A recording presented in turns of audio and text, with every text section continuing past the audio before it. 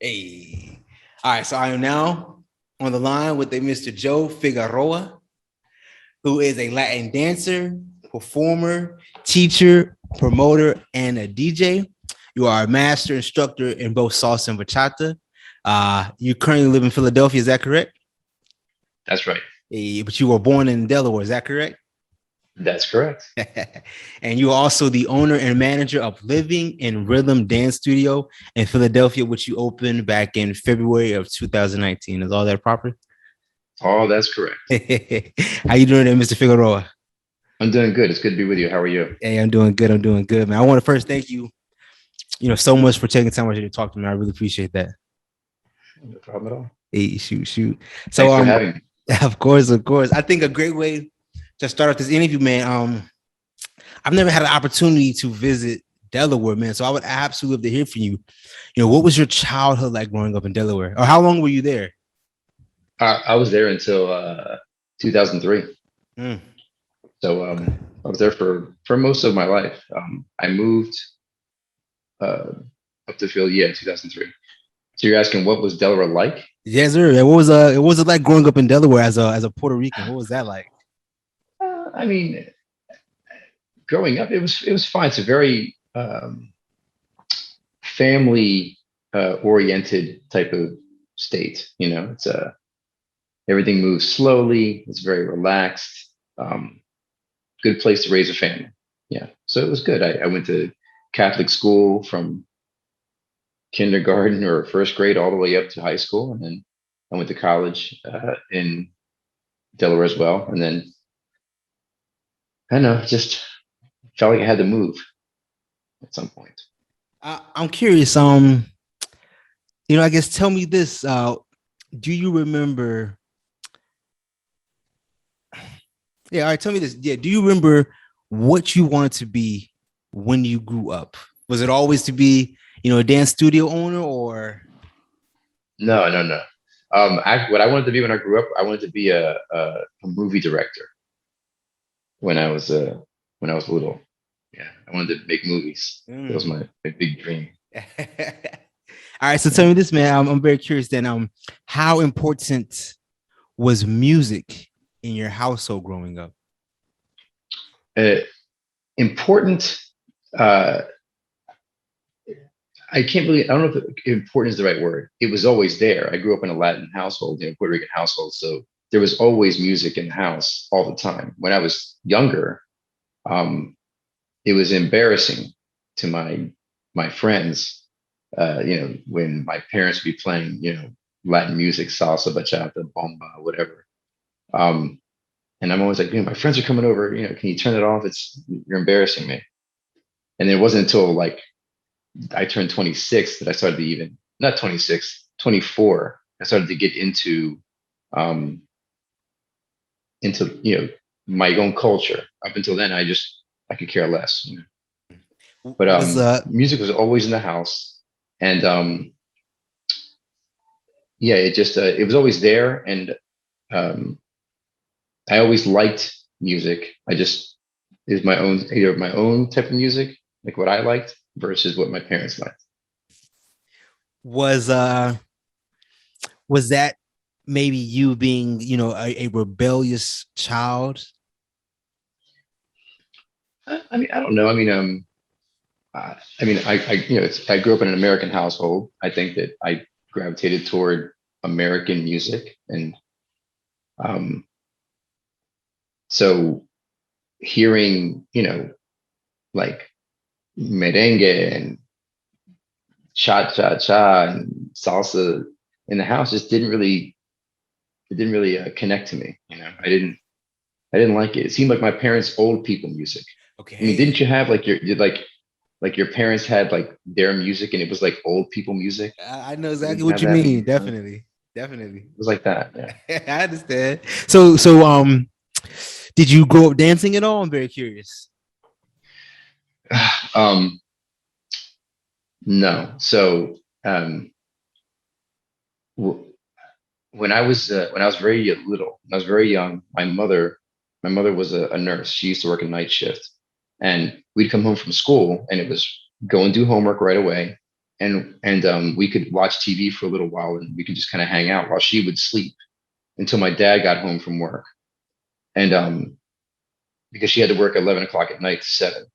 So I never forget one day, my uncle had bought for us the Michael Jackson Thriller album, like the LP, the record.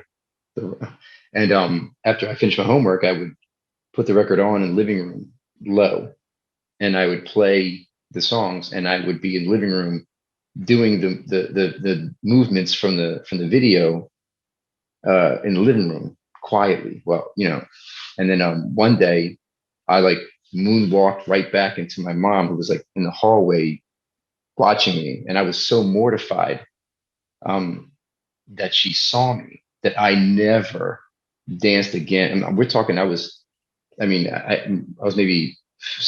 5, 6 years old, and I was so embarrassed that I would never set a hit foot on the dance floor again until high school. Yeah. Yeah. Uh, So no, I didn't dance. I didn't dance at all when I was a kid. okay. I was too embarrassed. But then in high school, my parents, I'm still a kid in high school, but my parents, they were having a party, and they didn't want any of the kids home. So they told me to go to the school dance that was that night. And it was my first time going to a high school dance. I was a sophomore. And I just pretty much sat up in the bleachers the entire night, just watching everybody else dancing. And a girl from my school, from my class, her name was Kathy Conlon, I'll never forget. She came in dressed. She's like, "Come on, Jose," because my real name is Jose. "Come on, Jose," and she would drag me down. And it was the song was "It Takes Two to Make a Thing Go Right" by Rob Bass and Easy Rock. And she dragged me out there, and I'm just like, kind of two-stepping, but I was like, "This is great." Okay.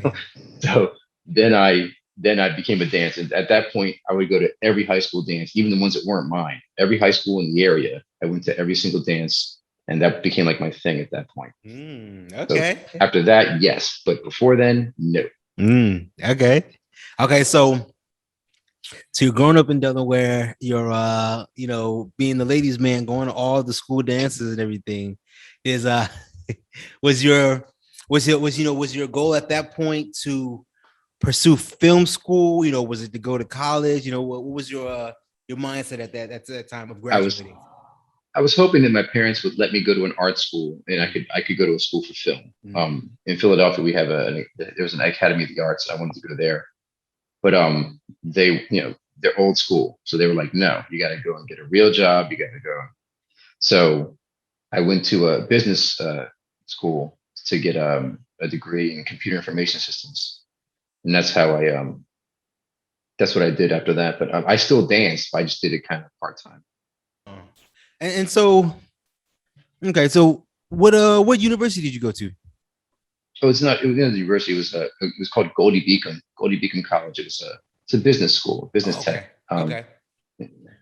So okay, so yeah, so you're attending there, and you say you're still dancing. Do you mean by you're taking dance classes, or you're just going out to the local bars, local clubs? What do you mean? Well, I would go to the local bars and clubs, but so okay, so I'm old. Okay, so my day in the late teens, early 20s, um, freestyle music was like all the rage out here on the East Coast. So like the Stevie B's and the Johnny O's and the like India, before she was a salsa singer, she was a freestyle singer, like way back in the day. Mark Anthony was part of the Latin Rascals way back in the day.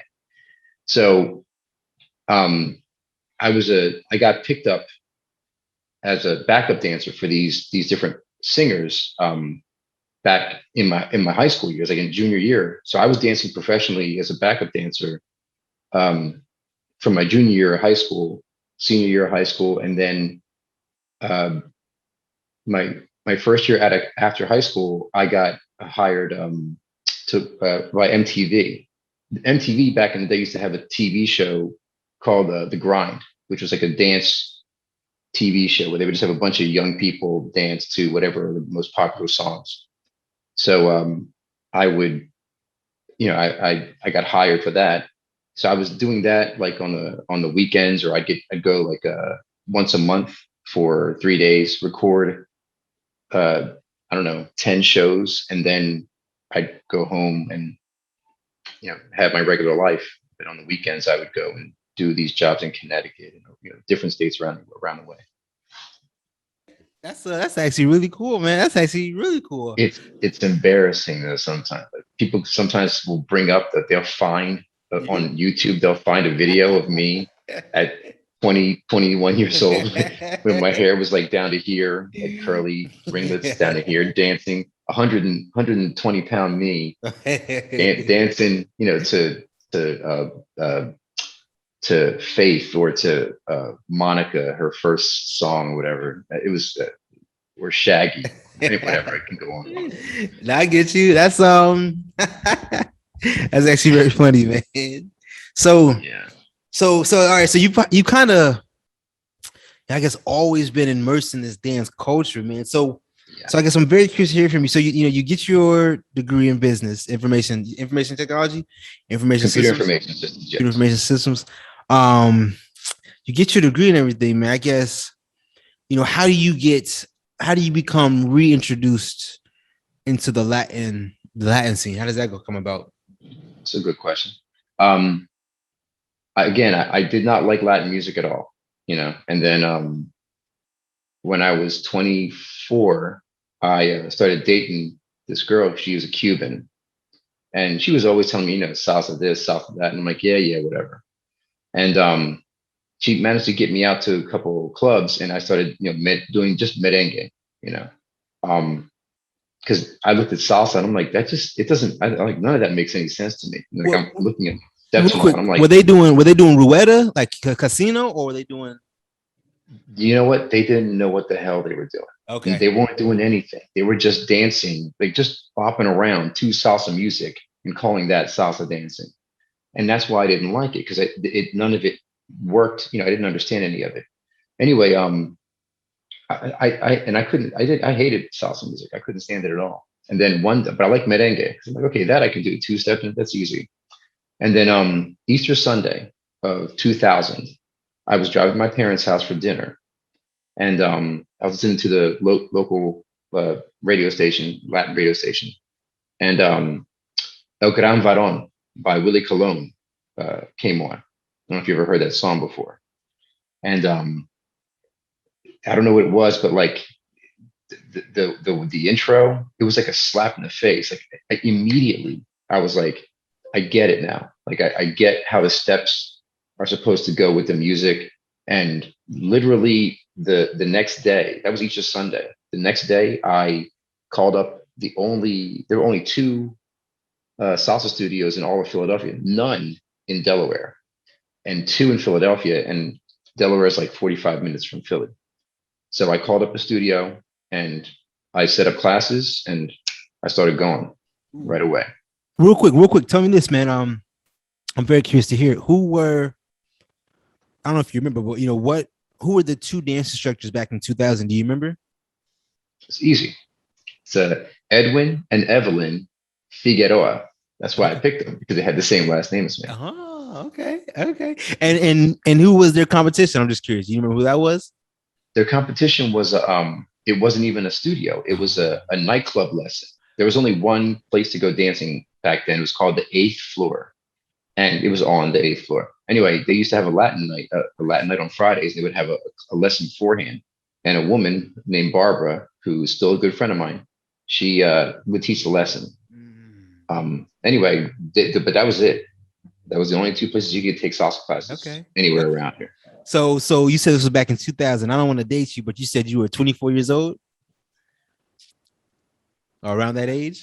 I was around that age. Hey, that's fine. I don't recall. Yeah, no worries. I only say that because I'm very curious to hear from you, man. Tell me about your beginner stage learning salsa. What was that like for you?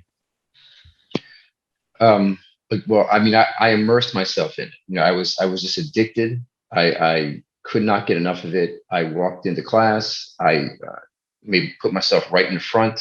And I started from beginner. Even though I had a background of dance and taking from choreographers and learning, from my days of freestyle and then from my days at MTV, I still started from scratch. I knew that, even though I could pick things up quick, I want to start from the beginning. So I started from the beginning, Went through their salsa level 1 course, the salsa level 2 course, and and then I started to other smaller places started to open up for dancing, and I started going to all of them. So I'd go out 3, 4 nights a week, um, and take classes once or twice a week for like the first year. A year later, after a year, I started teaching, but that's a whole other Yeah. thing. I'm curious, man. Tell me this. I'm very curious to hear from you. Do you think that growing up listening to Latin music, do you think that influenced, we'll say, like, your propensity of how you learn? Do you think like that made it easier for you to learn? Do you think it had Definitely. no effect? No, definitely had. I definitely helps. I definitely felt like because I had it around me for so long, Mm, like that it made it so much easier for me. And again, I was already a trained dancer okay. from before, but that I think that that's part of it too. But I feel like hearing the music and knowing it and having it in you. You know how you Latinos are like, oh, it's in you, or it's um that's what they mean. That's what they must mean because they still have to train, but the music just spoke to me because I'd been listening to it my whole life. So yes, I would have to agree, say yes to that. It definitely helps. So, For me, it helped. not so. Would it be safe to say that staying on time, staying on beat was not much of a challenge for you? No, I don't remember struggling to find The beat. the beat. Mm. Yeah, I don't remember struggling to find the beat for salsa at all. So let me ask you On this then. two is a different story. Like Yeah. learning on two is, I mean, man, whatever. I'm sorry. Go ahead. Continue. Well, let me ask you this. I'm very curious, man. For someone who may be a beginner and whatever dance style it may be, salsa, bachata, merengue, kizomba, Brazilian zouk, and they're a beginner, and let's say that they didn't grow up listening to that genre of music, they're having difficulty staying on beat or finding the beat. What words of wisdom, what advice could you give them, to help with that problem? Well, I dance salsa, I dance bachata, merengue, all Latin dance. I dance kizomba a little bit too. Um, all music is mathematics. I mean, everything breaks down into 1, 2, 3, 4, 1, 2, 3, 4. You can go three, you can go fours, eights, 16, but everything breaks down into it's just the way the rhythm is. So if you can just find the one, then you're off to a great start. Um, I'm teaching an on two class now, and the first thing I'm trying to get them to do is just okay, show me where one is.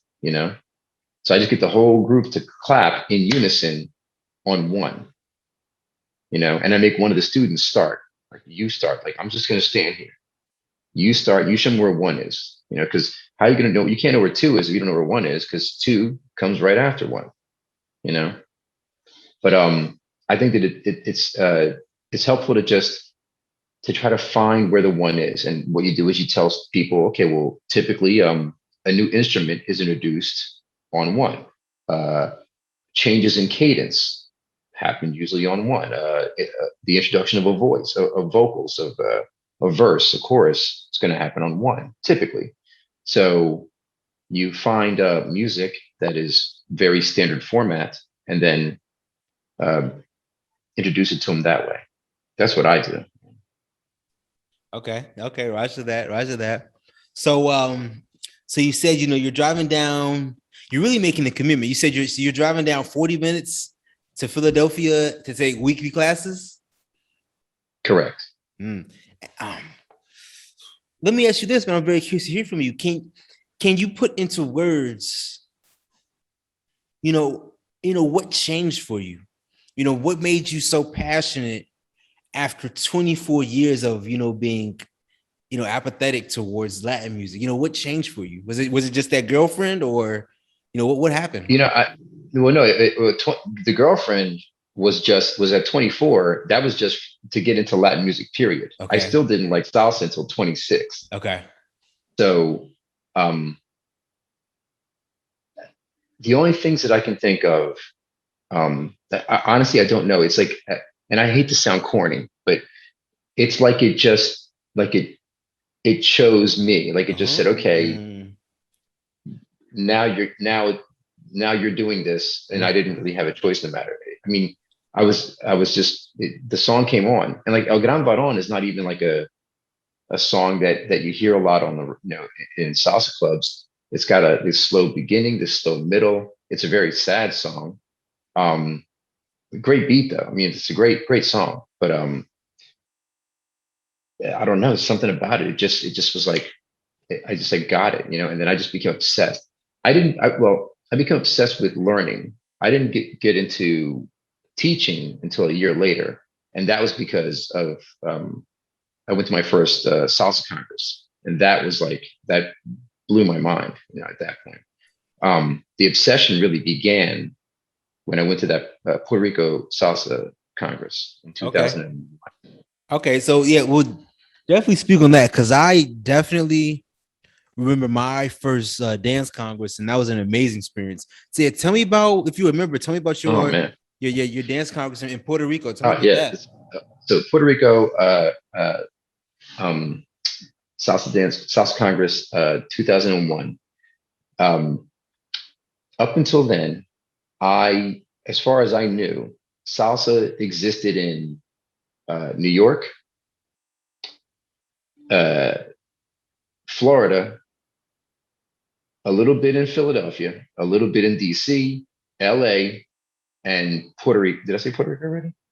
And that was it. Like that, as far as I knew, that was it.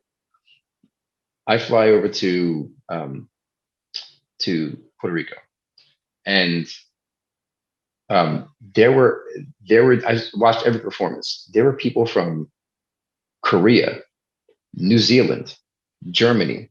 Tropical Gem was there that first year. From Milan. Everywhere in the world, there was this subset of Latin dance, and I was like, how is this possible? I had no idea. So when I saw that, I said, as soon as I get home, here's what happened. I'll tell you real quick. I'm sorry, I'm gonna take too long with this, but I'd gone with four girlfriends of mine, and so I pretty much danced with just them the entire uh, weekend. And on Saturday night, I worked up the nerve to ask someone I didn't know to dance, and it was one of the girls from the South Korea salsa team. I recognized her because she was still in her canary yellow outfit that she wore for the performance. She was still wearing that for the social dancing, and she was just standing by the by the floor, very demure, very quiet. I walk over, I ask her to dance. I figure, okay, she can probably speak 4 or 5 words of English, and I can speak 0 words of Korean. Um, I ask her to dance, and she's very, yes, yes, no. And she comes over, and then like I get on the dance floor, and then boom, she just explodes in my hands. And I'm like, oh my God, like what? Yeah, I couldn't barely even contain her for a moment, and then we started to gel. And then when I saw that even though she and I could say hello, goodbye, thank you, yes, no, that was about it. But for that 4 minutes or whatever, we had like this back and forth, this communication through dance. I was like, all right, I got to teach this to everybody that I can as soon as I get home. So then I flew back, and on the plane back to Philly, I started writing notes about like what do I think is important for a salsa, for a salsa lesson, like the basic, the right hand turn, the left hand turn, cross body lead, learning the guys' parts, learning the girls' parts, or the leads part, the follows part, and I started putting it all together, and I started teaching 6 weeks later. Yeah, I was addicted. Yeah. I still, So I still am. hey, so tell me this, man. I'm very curious to hear from you. Um, tell me about tell me about your beginner stage in learning to teach. What was that like? Well, I, I, again, there weren't many places to go. I didn't have many frames of reference for who, to for teaching. Um, so what I did was I went to my friend Barbara, the one who I told you about earlier, who was another teacher, and I asked her for her syllabus, like what she has for her beginner classes for teaching. And I got the syllabus from the studio that I was at, which is called Salsa International. Um, and I took both of those syllabuses, syllabi, I don't know what's the plural of syllabus this is, and I took out the parts I didn't think mattered, and I kept the parts that did, and I added things that I also thought mattered. And I found a Fred Astaire dance studio in Wilmington, Delaware, because I was still living in Wilmington at the time. This is 2000, so I didn't move until 2 years later to Philly, but 2001. So I found a Fred Astaire ballroom dance studio, and I asked the owner if I could rent space to teach a class, and she said yes. So I started to I had 6 weeks, and for 6 weeks I would go to work every day, and then I was a computer technician for the state of Delaware back then, and I would go to work every day, and I'd come home, and I had my notebook right here, and I would stand in front of my standing mirror, and I had a chair over here with another notebook, and this notebook had the notebook on my left had the syllabus, like what I was going to be teaching, and this other notebook over here had like key phrases, things to remember, jokes, if anything that I thought was amusing, like anything that I could think to be amusing or memorable. And I wrote all my jokes out and everything, and I started to do it that way. I would basically I would talk to myself in the mirror, you know, and um, then I would pretend like I'm the student, and I would say, okay, what might they ask me, and I would write down questions, and then I would go and I get the answers to those questions if I didn't already know, and I prepare uh, answers that way on day one when I went into class. And if anybody had a question, I had the answer. I thought they need to see me as an authority. They need to know that I know what I'm talking about. And so, yeah, that's what I spent 6 weeks doing. Just every day after work, standing in front of the mirror, going over my syllabus. Mm. Okay. So 6 weeks you're prepping yourself, preparing yourself. I guess how did you initially go about recruiting students? Were you just hanging flyers, word of mouth? What were you doing? Yeah, both. I was handing out flyers. There was only a couple places to go Latin dancing in Delaware, and I handed out flyers. My first class had my first class had 12 students, and seven of them were my cousins. So it didn't really count, but still whatever. No, six of my cousins and my sister also was there. And so the rest were like students that came in for classes. And it built from there, Um, and that's how it went on. I I had been operating by word of mouth for a long time. Like the way I looked at it, especially when I started to get comfortable with it, like when I was doing this full time, um, I started to think of every student is like a business card. So I figure, okay, like you go out dancing, and that's why I focus so much on social dancing, because I'm like, I know you're going to go out social dancing, and if you look good, if people like dancing with you, whether you're a leader or follow, someone's going to walk up and say, "Oh my God, you're amazing," and then you go, "Thank you, Joe Figueroa," and they go, "Oh, I'm going to have to go look that guy up." Next thing you know, somebody in class. So I've been doing it that way for a while, but I've tried everything, flyers, business cards. What's that thing that they used to do? Groupon, where you have like a discount or whatever. Yeah, anything I could think of. Going out dancing myself, like I'd go out dancing, and if anybody said, if anybody complimented me right away, well, here's my card. Come take class every single time. So I'm very curious to hear, man. Why did you move to Philadelphia? Why not corner the Delaware salsa scene? Why not corner that market? Oh man, this is gonna sound arrogant, but all right. Um, okay. I never left Delaware as far as classes are concerned. Like I still to this day have classes on Mondays and Wednesdays in Delaware. And then I'm at my studio Tuesdays, Thursdays, and Fridays. And then on Mondays and Wednesdays at my studio, I have another instructor, my friend Sharon, who I've done videos for my channel with. She teaches on the days that I'm not there. So I have classes on Mondays and Wednesdays. I have a social down in Delaware as well. And then I have my own work up in my studio in Philadelphia. Eventually, one day, I'll end up localizing everything to Philly. But I mean, this is where it sounds arrogant. Is I kind of already have uh, a monopoly on the Latin dance scene of Delaware. Delaware is small, you know, and since I've been here for so long, or been there for so long, um, you know, if you're a Latin dancer, if you're a salsa dancer, and you took classes in Delaware, you came to me. You know, everyone has been through me at some point or another. So I knew I could do both. That's why I moved to Philly, because there was a bigger market in Philadelphia. Philadelphia is also a much more creative city, whereas Delaware, it's like marry your high school sweetheart, take the first job you get out of college, have that for the rest of your life. White, house, white picket fence, 2.5 kids, dog, maybe, and that's it. Like that's your life.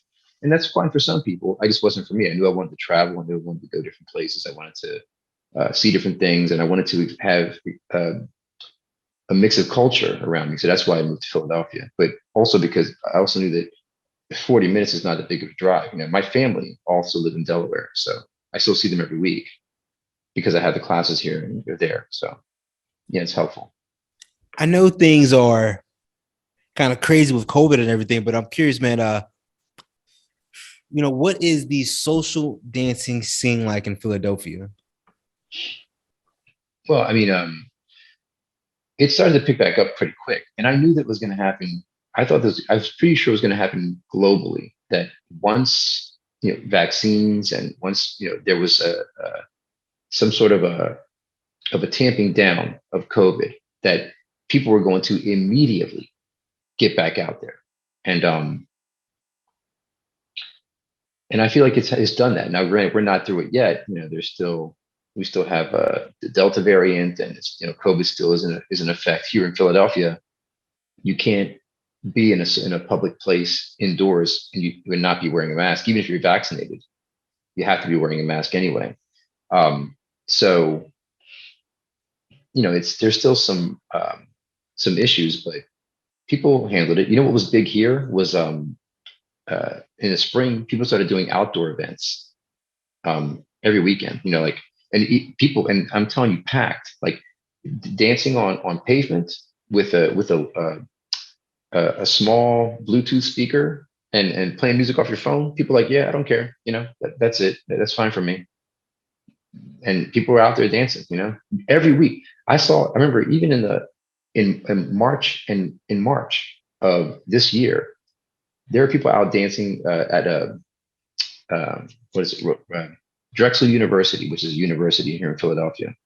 They had like a parkway kind of thing, like a square, college square, and somebody was doing Latin dances there outside. People were in their like winter coats and fingerless gloves on, winter hats, dancing outdoors.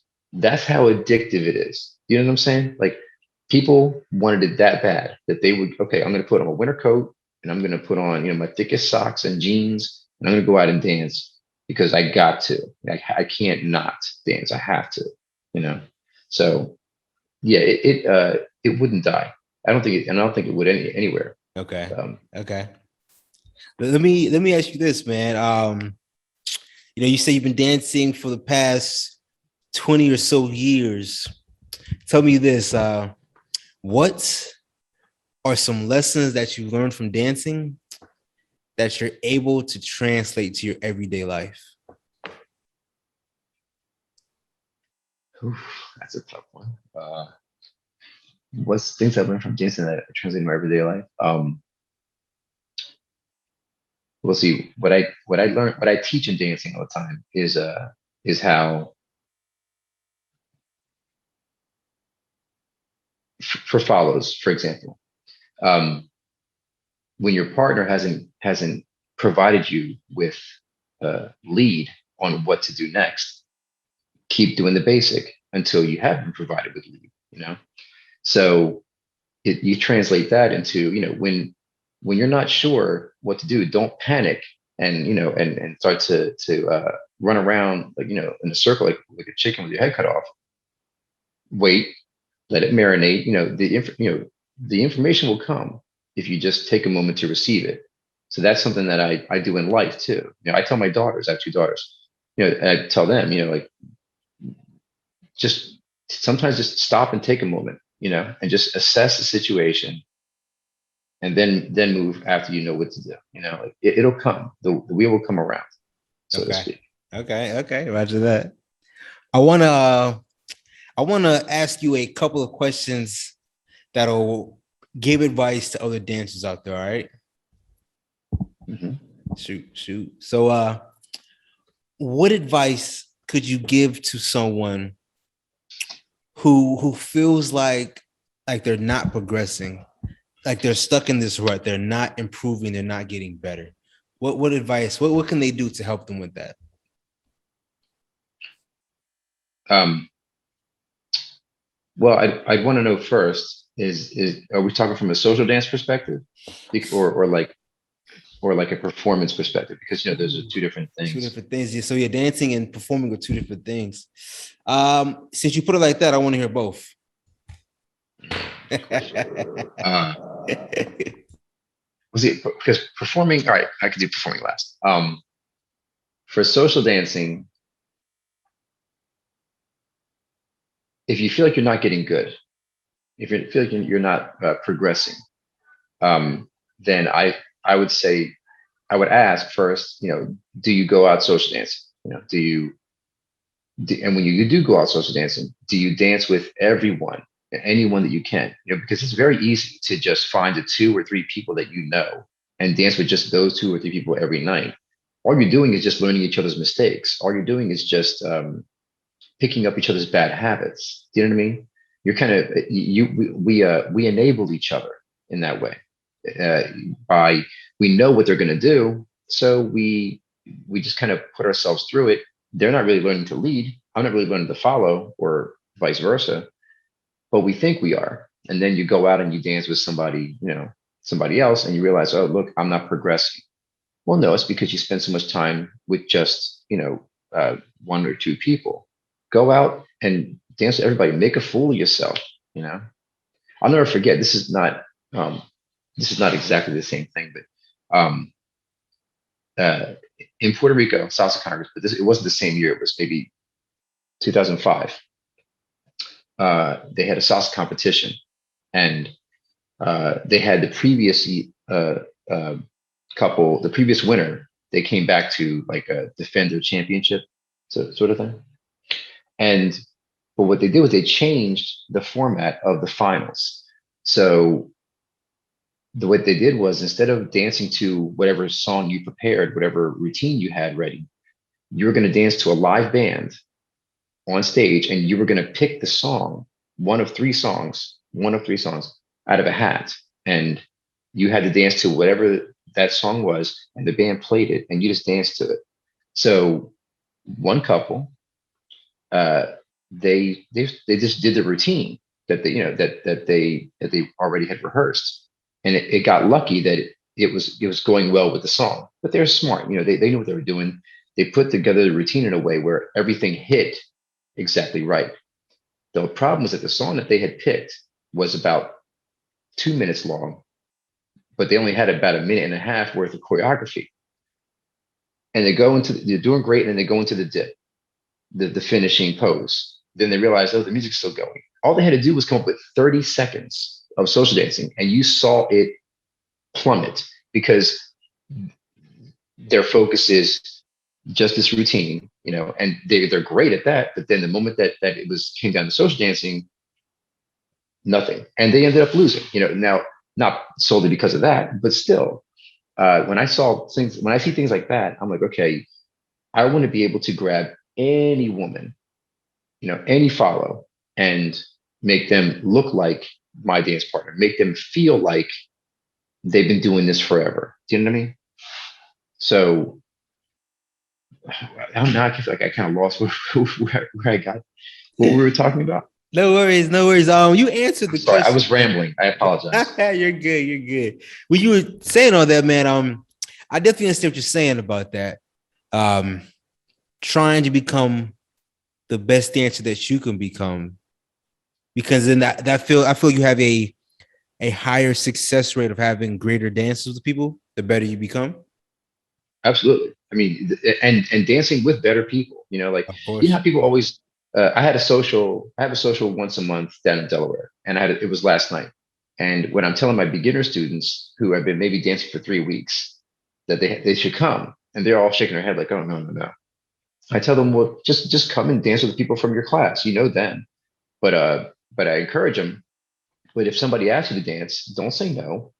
Dance with them. So what if no one's going to make you feel stupid. No one's going to try to do something with you that you don't know how to do.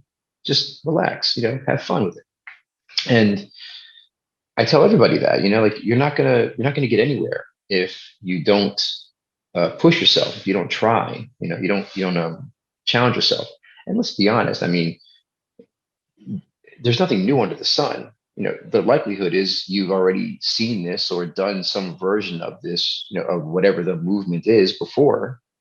It might seem as if it's sorcery or as if it's totally something that you could never do. But then you realize, oh, this is something that I've done a million times. I have a YouTube channel and I do videos doing breakdowns of salsa social dancing.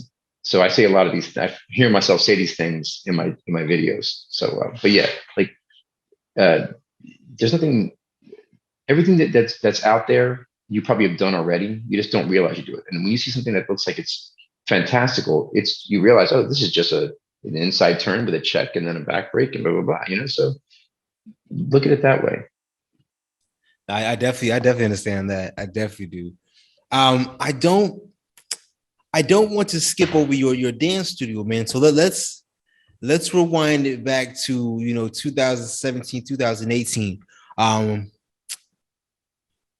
what sparks this idea? What makes you start to think about opening up your own dance studio? Oh well, no, I had wanted to do it for several years before. I just couldn't find the right opportunity, and then by chance, I was looking for just to find a studio to rent, like to a place that was in Philadelphia that I could rent space. Um, what was it? A friend of mine, another instructor here, Darling Garcia. I don't know if you ever heard of him. He runs a studio called Art in Motion Dance Studio, dance company, and he moved from Philadelphia to New Jersey, which is about 30 minutes out of here. Um, and since that was a studio that was no longer available, I was looking for some place where I could teach private lessons and group classes in Philadelphia. Um, and while doing that, I happened to come across this building that was renting a studio, like a 1,400 square foot, you know, studio room for relatively cheap. And I was like, you know what? Maybe I'll just open up my own place. So I made an offer. They said yes, and I started. I put mirrors up. I already had hardwood floors. I put up mirrors, and I'm a DJ too, so I had my DJ set up, and I just brought that stuff in and started teaching classes. And since I've been doing this for so long, all I had to do was tell people, oh, I'm going to be at this location, and students came. So that's how it started. I'm actually between you and me, uh, expanding, hopefully opening up into a new studio, a larger place, maybe by the beginning of 2022.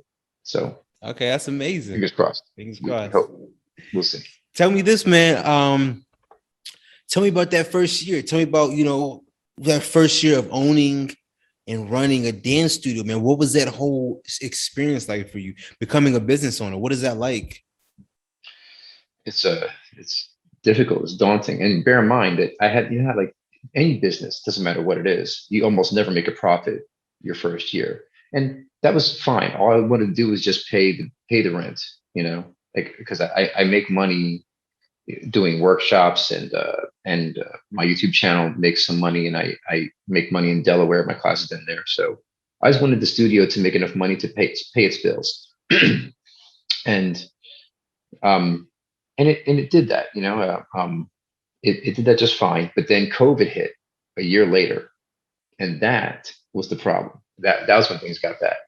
So the first year I didn't make any profit, but I didn't lose anything either. And it was just me at the time, So I had my classes on X days, and that was that. I rented the studio out um, for different things. So like I have this company that comes in and they rent the space out for an e-games competition. So they'll set up like these projectors and they'll bring their Xboxes and PlayStations. They'll do like competition games right there in my studio on the weekends. I rent it out for weddings and birthday parties, whatever, photo shoots. So I made money that way, um, to keep myself afloat through COVID. And I still have that stuff, but now I have my classes as well. So it wasn't easy.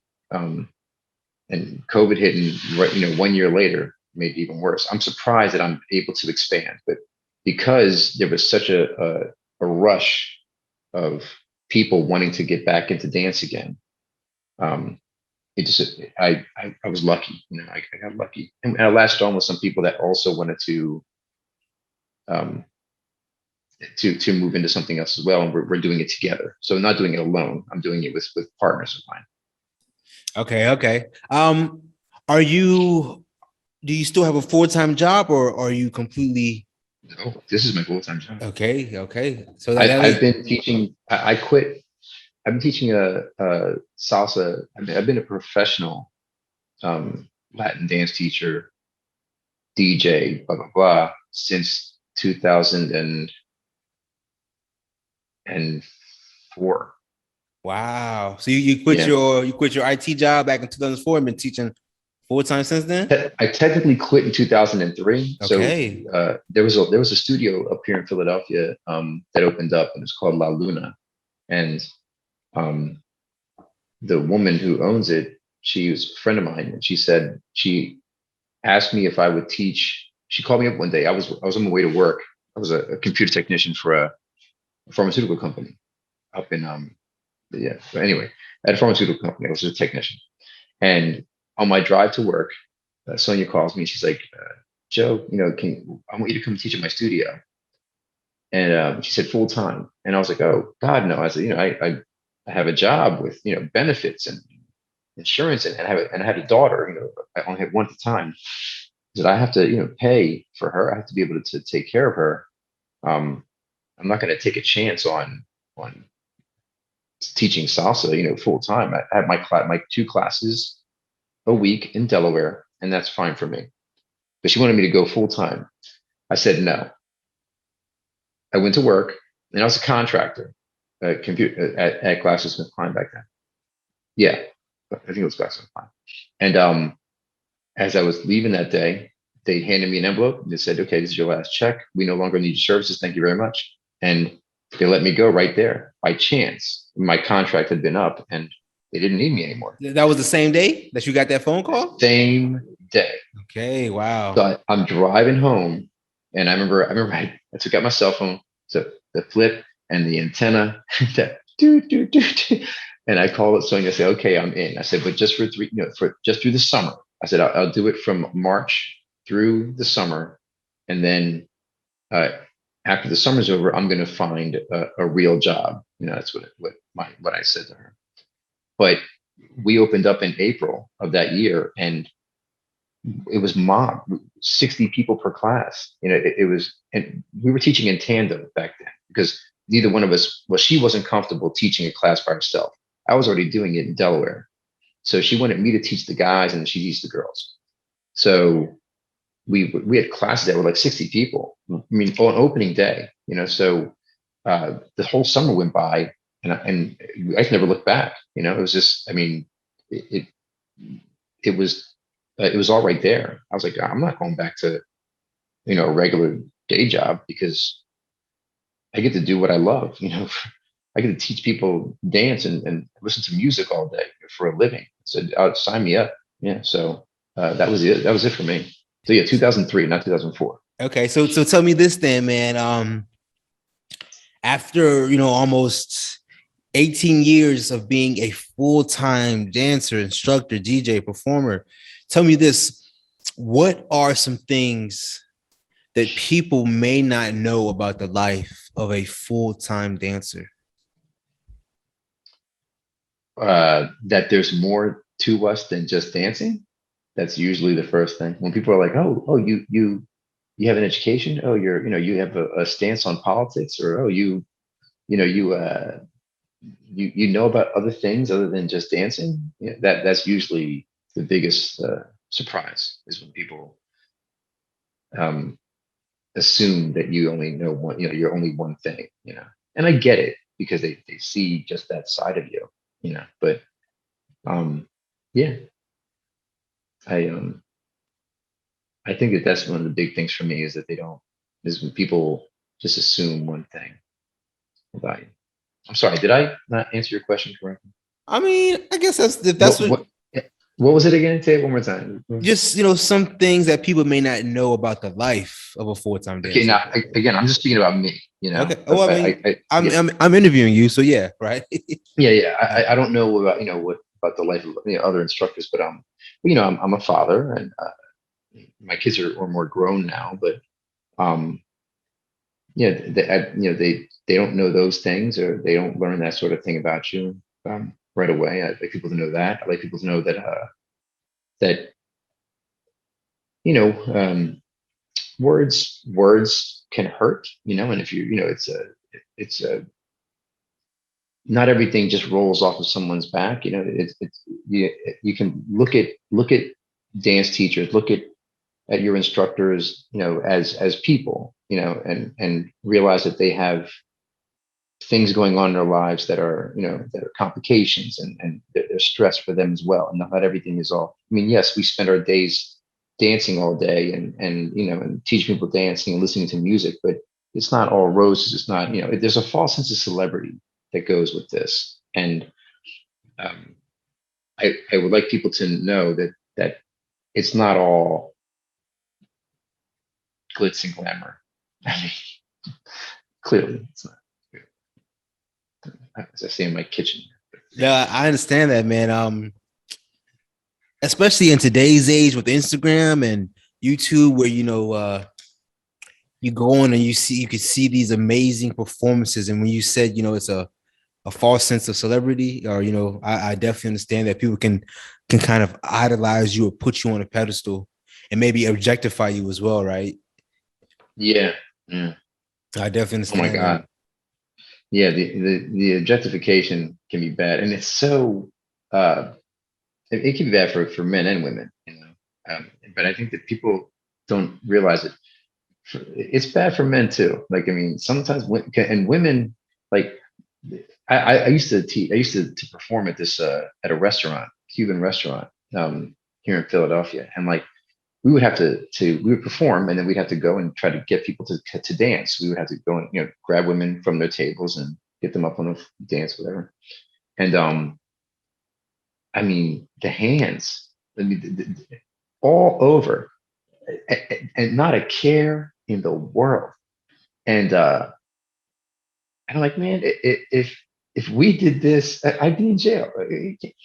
It's yeah, but I'm past it now. Like I'm not as desirable, I guess, as I once was. So um, I don't have to worry about that sort of thing anymore. But yeah, it can be bad. Mm, On a serious note, it can be bad. Yeah. I believe you. The other thing about it is I don't know if you work in entertainment, or if you are a dancer. I mean, I know you're a dancer, but I don't know if you teach dance. No, But sir, just a social dancer, just a social dancer. just a social dancer. Don't say it that way. You're a social dancer, not just a social dancer. Social dancing is huge. Anyway, um, uh, I was going to say something about. Oh my God, I forget what it was now. Um, we were talking about You being objectified. objectification, right? Um, I, I don't know how it is over there, or if it's the same where you are. But people need to see that you're not, that like I was saying before, that you're not just one thing, that you are a person. And it can get bad, it can get really bad. I'm sorry, I'm No, you having good. You good. flashbacks all of a sudden. You got a PTSD. Post-traumatic stress. Let me ask you a follow-up to my original question, man. Um, say there is someone out there who wants to be in your position. They want to be a full-time dancer. They want to have their own dance studio. They want to be doing, what they love, man. Can you tell me, what does it take for them to reach, their goals, or, be like what does it take of them? What is required? What must be sacrificed? Can you put that into words for me? To be a to like to like to do what I do. Exactly. You're To do saying? what you do. Exactly. um, Today, I don't feel as if it's if it takes much, because of the way the social media is, and because of you mentioned Instagram and YouTube and things like that. Um, People, it's easy for people today to think that um, they can get results without doing the work. You know what I mean? And I mean not just for social dancing, not just for performing, but even for teaching. Like, I mean, it's like all you got to do is just start teaching a class, and there you go.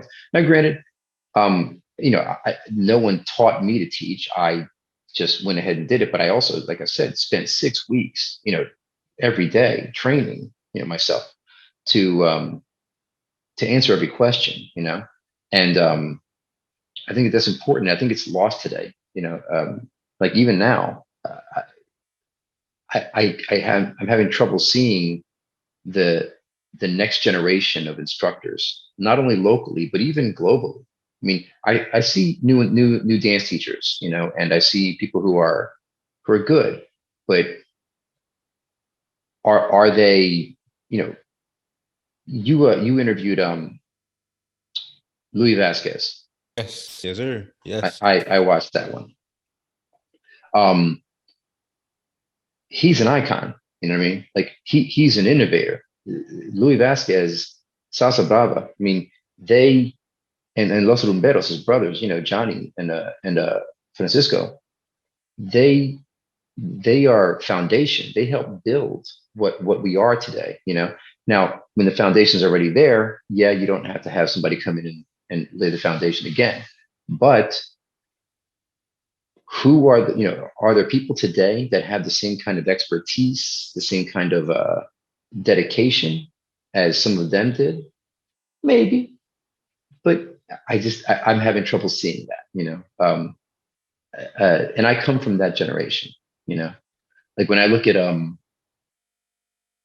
Super Mario, Mario Hazarika, good friend of mine. We I, go way back. I've had him on the show. Oh yeah, I haven't seen that one yet. Okay, I have to check that out. Yeah. But yeah, Mario is like who's going to do what Mario does? Who can do what Mario at that level? And I mean like where he is. He's in London, so like who's that next? Who's the next Super Mario in London? I don't know who that is. Um, and I feel like uh, today people are. I know I sound old by saying, but people today are just not. They just don't take it as seriously. That's how I feel. I could be wrong, but I'm still having trouble finding like the that seeing that next generation of instructors. Performers, no, there's plenty of performers, but performances, I mean, performers is that's it's fickle. You have one or two hot performances in your life, and then you kind of go by the wayside. And yeah, also when I was coming up, it was just salsa. If bachata didn't start to even become bachata was a bad word until like 2010, 8 or 9. And when I say bad word, I mean like I used to DJ. I'm a DJ, so if a lot of people would walk up and say, "Can you play a bachata?" I mean, I would put on a bachata song. The dance floor would be cleared. Bachata meant go to the bathroom or go to the bar and get a drink. You know, like when bachata came on, it was just barely above merengue as far as popularity was concerned. And Now, that's the bachata's huge now, right? bachata's huge now, correct, but um, also gimmicky in the sense that, like, it like I don't feel as if bachata requires uh, as much training and dedication, to it. Is It's so easy to become, a bachata um, pro, so to speak. All right, real quick. So there's going to be somebody watching who's going to like be giving major pushback on that. Um, do you think that you say that? Do you think it's just because bachata? I'll agree with you on this point. Do you think that bachata has an easier barrier of entry, meaning that bachata is a little bit easier to learn than salsa initially? Would you agree with that? Is it's that what you mean? it's much more easier to learn than salsa. Right. Okay. I agree with Much more. that. And so is Yeah, that what you mean by absolutely. that? Is that what you mean or not even? Yes, yes, that's what I mean. Is that it's so much easier to learn. The first time somebody asked me to teach bachata, I was like, "You're serious? Like you need a lesson for this? Because it's just three, 1, 2, 3, tap, 1, 2, 3, tap." I'm like, how could this be something that you need to learn? But people, I'm like, you want to pay me? Sure, I'll teach a class in this. But So so real quick, okay, let me get your opinion. What's your opinion on Central Bachata? Because I'm from the DC area, like DMV area, and that Central Bachata is blowing up big down there. okay, Well, what's your yes, opinion on that's Central Bachata? What's your opinion on that? okay. You're gonna get me in trouble. All right, Sensual Bachata is like Sensual Bachata is parsley on a dinner plate. All right, it's seasoning. It's not the whole meal. At least it shouldn't be. And the problem is that sensual bachateros have made it the whole meal. If a song comes on and you spend the first minute, or let's say more than half the song, standing in one spot and just body rolling around and waving arms up into the air and looking and holding to his faces, you know, then and that's dancing like that. You're dancing sensual bachata. I'm sorry, I just don't think so. And to say, oh, I need a lesson in that. I need to. Yes, you're not going to be able to learn this unless you learn it from me. Really, I can't learn to wave my hand up in the air or to. Come on, give me a break. So Like that so doesn't uh require. so it is you're gonna get some pushback on that as well. No, most definitely.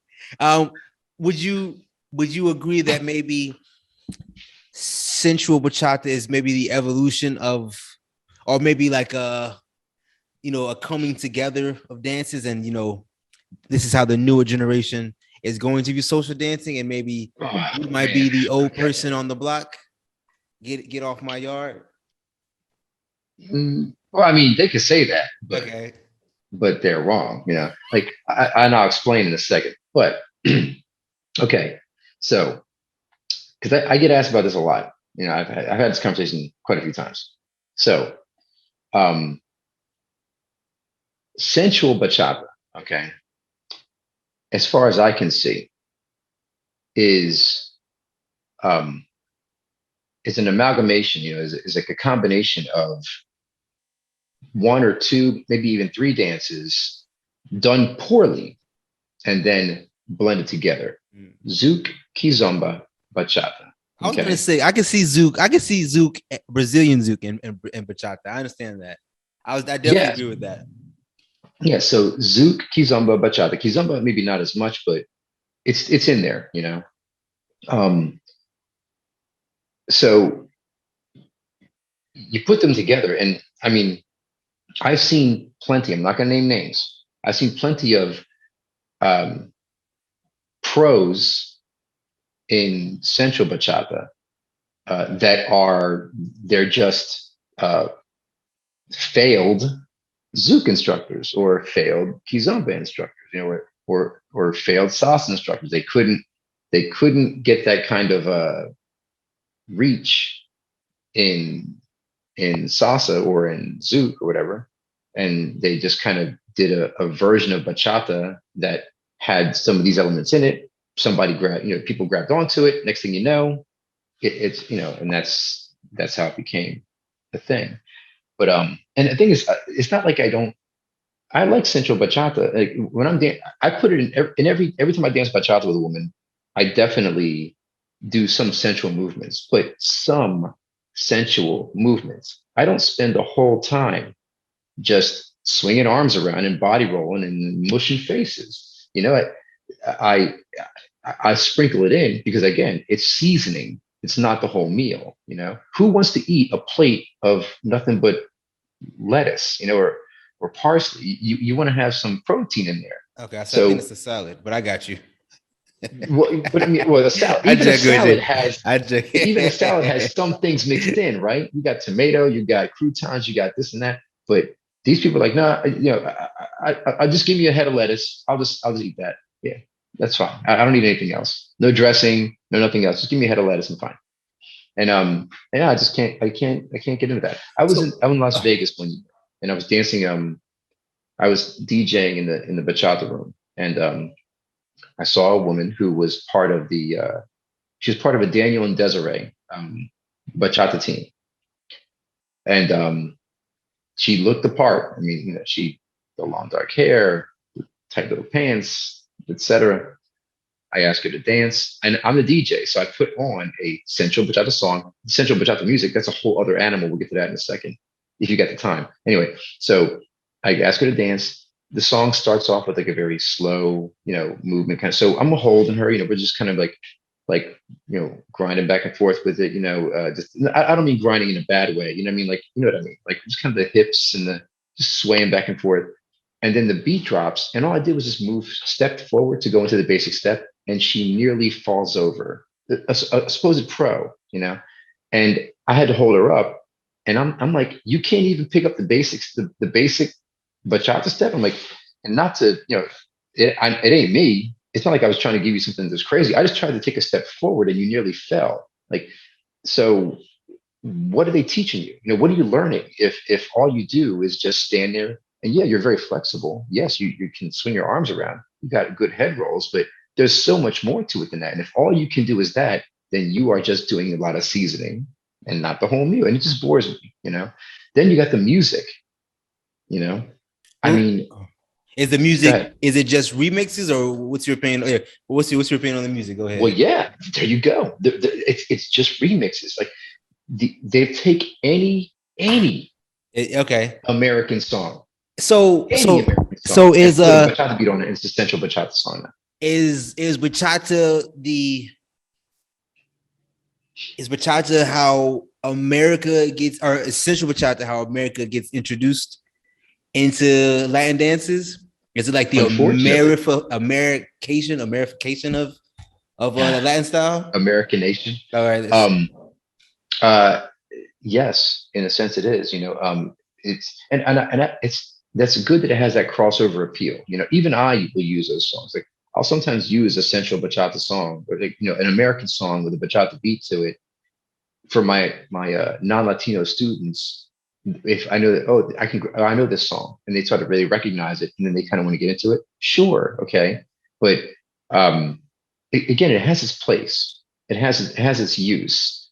But when I go out to a, a congress, okay, and the DJ comes on and plays a 45-minute set that doesn't have a single Spanish lyric song for one, no Zacarías Ferreira, no Anthony Santos, no Prince Royce, no Romeo. I mean, not even those, like Toby Love. Like, if you can't even put that stuff in, it's all American songs with a bachata beat back to back to back to back to back.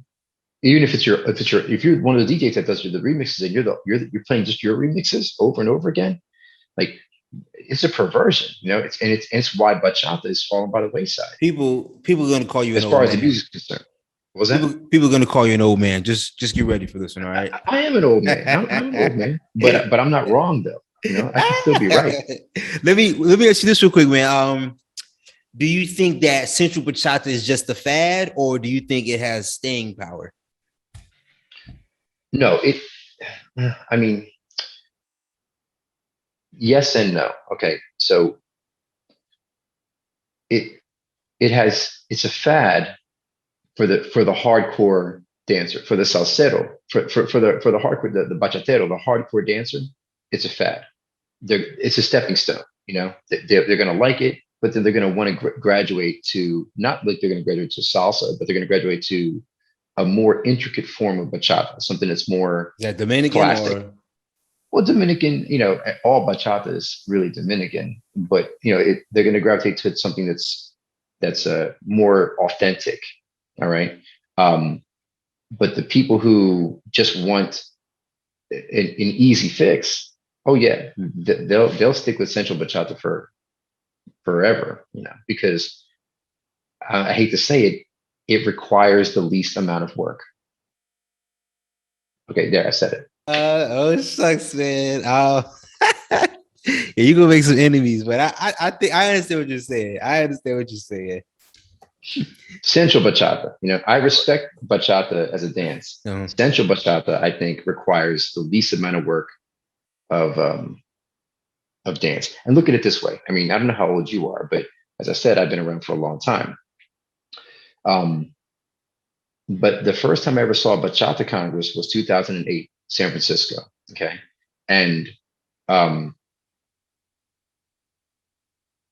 before then, when I would DJ a club, I'm always getting asked, can you play some bachata music? All right. So bachata exists today. It is popularized today because of the salsa scene that was already here that allowed bachata to be built into something. You know, um, it's not the other way around. Salsa doesn't need bachata in order to exist. Bachata needed salsa to exist. You know, and I'll argue that with anybody. I mean, not as a music. The music was always there, but as far as its popularity is concerned, bachata would not be what it was today if salsa DJs didn't agree to people's requests and say, okay, I'm going to play some bachata music, you know, and put it on. So that way there's a mix in the, you know, because I remember going to events where it was all salsa all night long, you know. But yeah, and I've never seen, I saw a meme the other day, and it was like a joking meme about how like the guy's like, it's like the guy in the picture is like he's got this funny look on his face or weird look on his face, and it talks about how he's the way that a guy looks when a salsa dancer trying to figure out what a bachata move. And I'm like, no, sorry, that's never happened ever. You know, so there's never been a time where a salsa dancer is like, what did that bachata dancer just do? I can't figure that out. Like that's never happened ever in the world. But every day a salsa dancer does something where a bachata dancer is like, ain't even gonna try that, you know, because that requires work. All right. Whereas bachata, sensual bachata. Uh-huh. Anyway, I'm sorry. Now you I'm good. monopolizing your time. I'm No, sorry. you good. So you definitely identify as a salsero. Is that proper? I am a salsa for sure, through and through. If there's no confusion about that. No confusion about that. And the thing is, for several years, from 2008 to 2012, every job that I got hired for was a bachata festival. I had done a bachata performance with a bit of tango in it, and people started thinking, "Oh, Joe's the bachatango guy," and I got hired everywhere for bachatango. And I'm like, bachatango is not a thing; it's just a little bit of tango elements in a bachata routine. Like, don't you know? I didn't create some kind of new dance, but yeah. I remember. Sorry, see. Here's the problem. You get me thinking about back in the day. I remember when there was a time where everything was let's mash up. So Island Touch was doing they started doing this thing called crunk chata. Crunk chata. Now it ain't crunking with bachata music. It was just basically doing footwork, like cha cha cha footwork to a bachata song, and they called that crunk chata. And that ran. People were like, "Yeah, crunk chata." Then there was zouk chata became a thing for a while. Yeah, and I'm like, these are not things. These are gimmicks. And salsa never needed that. Bachata needed that. Salsa never needed that. Anyway, I'm done. I'm done talking about sensual bachata. Whatever. I had no idea this is such a highly debated topic for you. But I start to realize it though. It's one of it's something that I see often on Instagram, especially sensual bachata. It's something that I see very often on Instagram. So I understand where you're coming from. I definitely do. And like, how like now, one thing real quick on YouTube, because I'm a YouTuber. So uh, it'll be like, okay, here's a couple, a bachata couple dancing to a song, and in some exotic location, right? It's like they're doing a little tiny like social dance, whatever. Every thumbnail is them like is them like just scroll through your YouTube and you'll see every thumbnail is like so them holding to his face. I'm like, really? Does that have to be everything? But so now I sound old. Okay. No. I was going to bring this up earlier, man. I think what it is, man, is that I think as me and you both can agree upon is that sex sells, and so I think that may be a major reason why sensual bachata is, has this recent fashion or recent fandom. I don't disagree with you there. Right. Of course, sex sells, and maybe they see it that way. Exactly. I don't know. I'm just like, ugh, it's so whatever. So I think things would be different if you were a 21-year-old you growing up in 2021. I don't know. I think so, man. I think we're all products of the zeitgeist. But I can tell you one thing though, is that like even when I was younger, one thing about me is I never wanted to be cliche. Like I always wanted to just if I would see what's out there and I'm saying, okay, I'm gonna take this route. I'm gonna go my own way. I'm gonna do my own thing. I didn't always want to do what everyone else was doing all the time. So I don't know. Like when I see the sensual bachata, videos, and every single thumbnail is the exact same, even from a director's standpoint or from a video editor standpoint, because I edit my own videos. Like I'm like, that's just bad editing. You can't find another pose anywhere in that routine. Everything has to be like, oh look, we're in love. Oh look, we're in love. Whatever. Anyway, I'm sorry. I'm sorry. I'll stop. Are you good? Next question. Are you good? I guess I got a couple more questions for you, man, but I don't really want to hold you up, man. But let me ask you these two real quick, then, man. I want to get back to advice for dancers, man. So, when I say the word musicality, what does that mean to you? Musicality is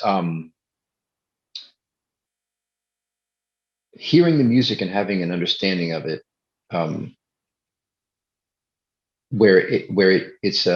it's in your body in a way where your body moves with it, and you just can't help it. It's like almost like musicality is almost like using your body to explain music to someone else. Do you know what I mean? Like Terry, all right, Terry Tullio. I've done a bunch of videos on him. Is that the long hair dude? Kind of long hair. He looks like from the 70s Afro. I've been trying to get him on the show for so long, man. Yeah, he's an amazing dancer. I want to get him on the show. Yeah, continue. And his musicality is on point. Is almost without peer, and it's not like just footsteps. I mean, every movement, head movements, shoulders, everything. He's picking out the tiniest little ticks of instruments that you wouldn't hear unless you saw his body move to it. That is musicality. There you go. This is right there. He is identifying for us, like with the viewer, he's showing us, hey, look, there was a clave there, there was a conga there, there was a piano key there, you know, that you didn't see, you didn't hear it, but you just saw it because my body moved to it. That's musicality for me. That's what I believe musicality is. I think it's very individual. I don't think that musicality is something that's so easily taught. Not that it's not possible to teach, it is, but it's not easily taught, you know, because it's something that it's kind of, it's dependent upon the person, the dancer, you know, it's something Mm. that is within you, I believe. I definitely understand that, man. Let me ask you the follow-up question then, man. How does one improve their musicality? Uh, Different kinds of dance training is helpful, you know, different kinds of body movement training. It doesn't have to be just dancing. Uh, Also in France, Moise Konate. Um, he and I, we've spoken a few times, and I've done a few videos on him myself. And the last video that I did with him, I was talking about how he was making this styling movement like this, where he took the lady's arm and flipped it this way, and then he took the lady's arm and flipped it that way. He used it using his wrists, and I mentioned about how it looks so much like I made a joke in the video about how it looks like wax on, wax off from Karate Kid, and I put that clip in the video, and it turns out that Moaz has an extensive martial arts background, you know, and he even said to me, yes, I use some of those movements because they just kind of become second nature, you know, and so any kind of art where your body is involved, you're going to find that it frees you to recognize those elements in the music, and then your body just kind of uh, becomes that. It becomes that instrument, you know, in the same way that it does with Terry. I don't know what Terry's background is, but um, not everybody can be him. You know, he's an anomaly. He's him. You know, he's good. But still, having studying different types of training. It doesn't have to be dance, uh, martial arts. Uh, I can't think of anything else, but different kinds of movement training, you know, will be helpful to learning musicality No, definitely. and listening to a lot of music, like yeah, listening to a lot of music that you want to dance to. So if it's musicality for salsa, listen to a lot of salsa. So listen to the same songs over and over again. Listen to a lot of salsa, different types. And when you're listening to even the songs that you already know, don't just listen to the song and sing along with it. Find all those instruments that are coming up. You know, there's a song from Susie Hansen, La Salsa Se Acaba. I don't know, something like that. Anyway, um, the lyrics they're introducing each instrument one by one as they go, and he's saying it as he's singing it. He's saying, you know, the conga, the bongo, the tumbao, and so forth. And like you hear every instrument kind of lay one on top of another to the point to where the song's playing, and you're like, oh, now I don't even hear those first instruments, but they're there, but you just don't hear them anymore because it's all gelled together. You know, listen to music that way, like detect every single instrument and let it wash over you. Okay. Okay. Long answer, right? I'm No, sorry. no, it's perfect, man. I wish you could find that song because I think that would be a really great example. I'll be on the lookout for it. I'm gonna say which one it is right now, real quick. Go to YouTube. La salsa nunca se acaba by Okay. Susie Hansen. Okay. Roger that. You got that? Yeah, definitely. Yeah. I got it in the recording, so definitely I'm gonna write that. I'm gonna check that out. Definitely. La salsa nunca se acaba by Susie Hansen. Nice. Listen to that song and listen to how the instruments come one at a time. You Okay. know, and how like it's songs like that where a person who is a novice, or even a person who's a pro, can hear that and start to say, okay, you know what? I never heard the clave until Ah, right. that. I Mhm. never heard the conga, or you know, I didn't know what a tumbao was until that. You know, or I didn't know that there was a 2-3 clave and a 3-2 clave. You know, like I thought there was just a da da da da da. You know, or the bass, anything. You know, it all comes together. The montuno, you know, the piano. Um, Pick something that you love and just let it wash over you. I definitely, man. Let me Flip song. let me ask you one final question. Um, can you give me one tip, one piece of advice that can make anyone a better dancer immediately? Subscribe to my YouTube channel. No, I'm kidding. Um, to make it better dancer immediately, uh, piece, hold on, a piece of advice that'll make you a better dancer immediately. Anyone a better dancer immediately. Uh, don't take yourself too seriously. That's pretty much the only thing I can think of. Care to elaborate on that a little bit? Yes, Well, just immediately, I mean, because immediately, I don't think anything in life that can be done well can be done quickly. You know, that's okay. it's a very, we have this American way of thinking where, do you want it done right or do you want it done fast? As Americans, we always want everything done fast, but anything, anything in life that you care about, anything in life that you want to do well takes training, takes time, Um, and so I don't really know if there's if there's a phrase or a tactic that would make anyone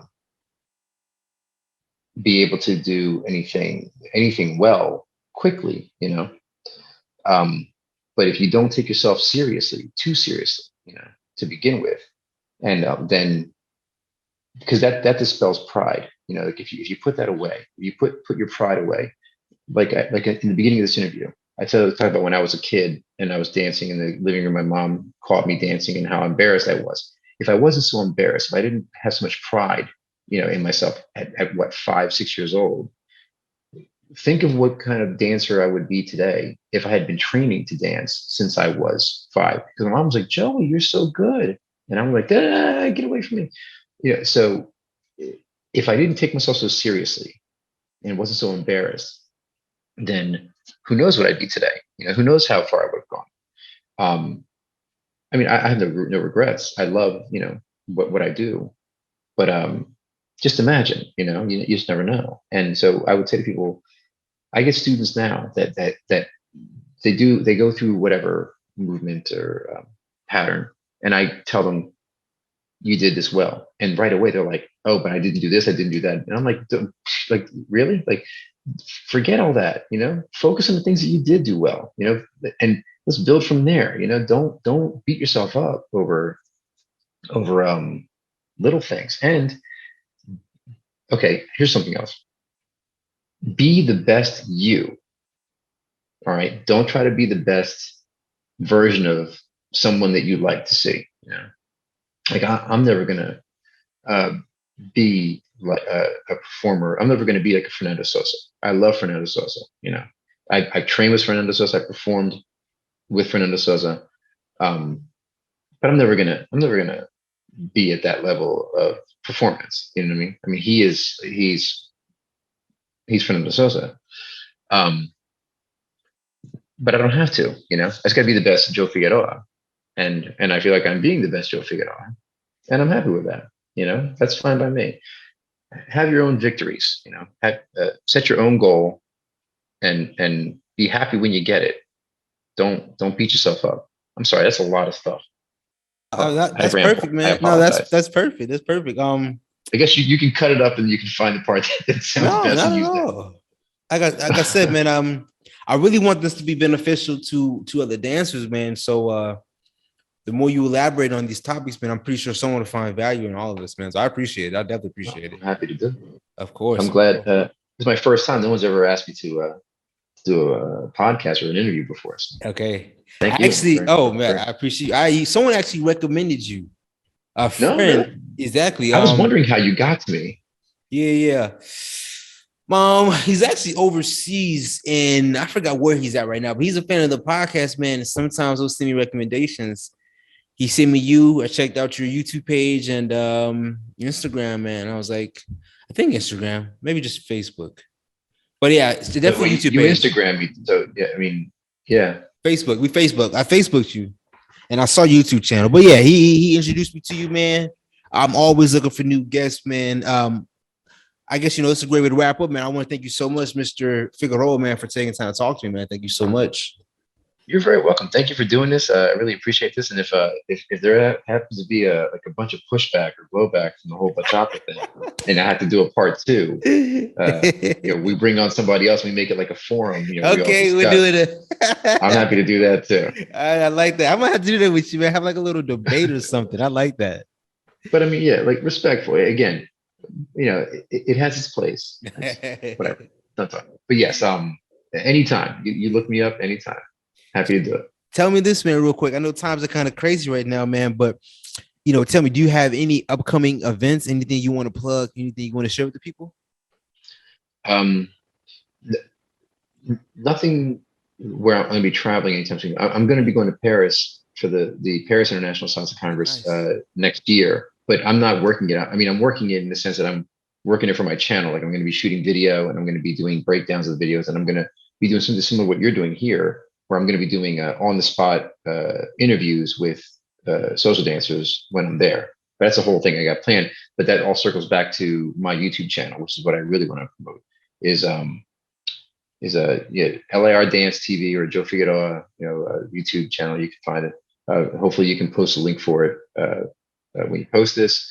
I really want people to go to that and subscribe. Right? Like just click the subscribe button. And maybe leave a like every now and then and a comment. Then you don't have to be a good comment. You can say, "Oh, Joe, you're wrong about X." Okay, fine. Let's have a discussion about it. But yeah. If I want to promote anything, it's the channel, especially the channel. Fair enough, man. So yeah, you already said it, but I will put all your links in the description down below. I got you on that. Thank you. Appreciate that. Of course, man. Like I said, Mr. Figueroa, I want to thank you so much. Is there, or do you have any last words you want to share with the people before we close out of this episode?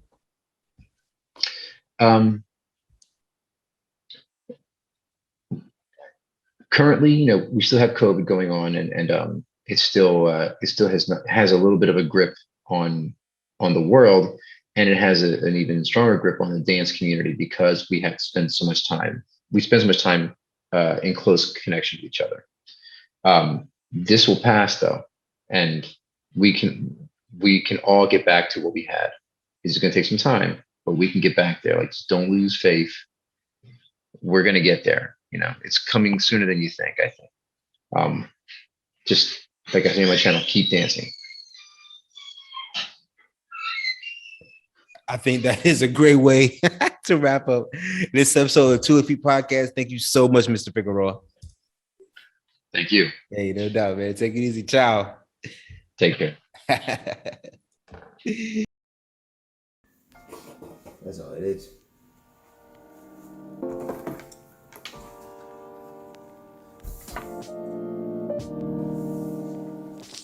Hey everyone, if you made it this far all to the end of the video, I want to thank you so much. My overall goal with making these interviews and these episodes is to give a voice to dancers, to give them a platform to speak their story. So if this is of value to anyone, then that means the world to me. My overall goal is to give value to the dance community. So if you find no value in this, then I urge you to please let me know where I can improve on. I truly want to, just give value and content to the dance community. So please let me know how I can improve, where I'm messing up, because to be 100% honest with you, I'm learning along the way as I do this. I truly am. So to be able to interact with the dance community, it means the world to me, because it gives me feedback and it lets me know what I'm doing right, where I can improve upon, what I'm doing wrong, which I feel like might maybe more important. So please, if you all could comment and just let me know what you think. It means the world to me because, that feedback just helps me improve. So please comment as well. Please like and subscribe. That means a lot as well. But I want to say thank you so much for just watching this because it means the world to me. I want to take you on this journey of the Two Left Feet podcast. I'm very excited for it. So once again, thank you so much.